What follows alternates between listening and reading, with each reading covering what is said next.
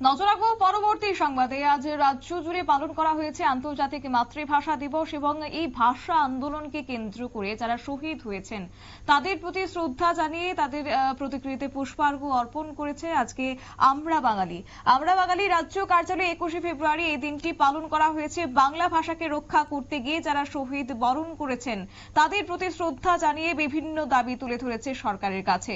কি রয়েছে তাদের বক্তব্য শুনুন। বর্তমান বাংলাদেশে তদানীন্তন পূর্ব পাকিস্তানে বাংলা ভাষার মর্যাদা রক্ষা করতে গিয়ে উর্দু সাম্রাজ্যবাদীদের খপ্পর থেকে বাংলা ভাষাকে রক্ষা করতে গিয়ে ঢাকা বিশ্ববিদ্যালয় চত্বরে সালাম বরকত, জব্বার, রফিক সহ 5 জন দধিচি শহীদ হয়েছিলেন।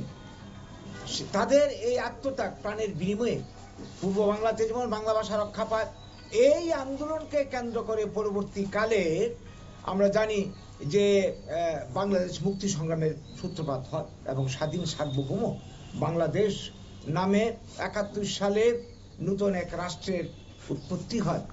এই যে ঘটনা, এই যেই ঘটনাকে কেন্দ্র করে বাংলা ভাষার এই উত্তাল আন্দোলন সারা পৃথিবীতে একটা বিরাট প্রেরণা তৈরি করেছে ভাষা প্রেমিকদের কাছে।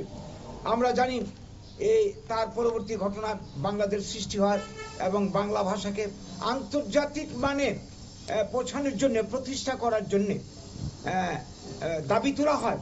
ইউনেস্কো 1999 সালে বাংলা ভাষাকে, এই যে শহীদের আত্মত্যাগ, এই আত্মত্যাগের পরবর্তী ফলশ্রুতিতে বাংলাদেশের মুক্তি সংগ্রামে 30 লক্ষ মানুষের মৃত্যু হয় আন্দোলন করতে গিয়ে, 2 লক্ষ মা বোন ধর্ষিতা হন। এই যে ঘটনা এবং এবার বাংলায় 61 সালে কি বলে শিলচরে 11 জন শহীদ, এইভাবে একটা প্রেরণা তৈরি করে গোটা বিশ্বের বুকে সমস্ত ভাষাভাষী মানুষের ক্ষেত্রে আন্দোলনে, অনেক জায়গাতে আন্দোলন হয়েছে পরবর্তীকালে। এই যে বিষয়টা, একটা জাতির ভাষা যদি হারিয়ে যায়, তার পরিচিতি লুপ্ত হয়, জাতিটা শোষিত হয়, নিপীড়িত হয়, বঞ্চনার শিকার হয়, পরিচিতি লুপ্ত হয়ে যায়। কাজে এটা একটা ঘটনা বাংলা ভাষা আন্দোলনকে কেন্দ্র করে সারা পৃথিবীর ভাষাপ্রেমী মানুষকে উদ্বুদ্ধ করেছে এবং শোষণ বিরোধী সংগ্রামের একটা কি বলবো পাথেয় হিসেবে মানুষ এটাকে গ্রহণ করেছে। এটাকে মর্যাদা দিয়েছে রাষ্ট্রসংঘ। আজকের দিনে দাঁড়িয়ে গোটা পৃথিবীর বুকে মাতৃভাষা দিবস হিসেবে উদযাপন হচ্ছে সর্বত্র। প্রত্যেক ভাষাভাষী মানুষ সেই দিনটাকে মর্যাদা দিচ্ছে। আজকে পৃথিবীর বুকে দিন দিন ভাষা লুপ্ত হয়ে যাচ্ছে। প্রায় 6900 মতো ভাষা পৃথিবীতে এখন আছে। আমাদের ভারতবর্ষে প্রায় 800 মতো ভাষা আছে, কিন্তু দিন দিন সংখ্যাটা কমে যাচ্ছে। চর্চার অভাবে, যত্নের অভাবে, সরকারি পৃষ্ঠপোষকতার অভাবে এই জিনিসগুলি চলতে থাকলে আগামী দিনে সমস্ত ভাষা লুপ্ত হয়ে যাবে।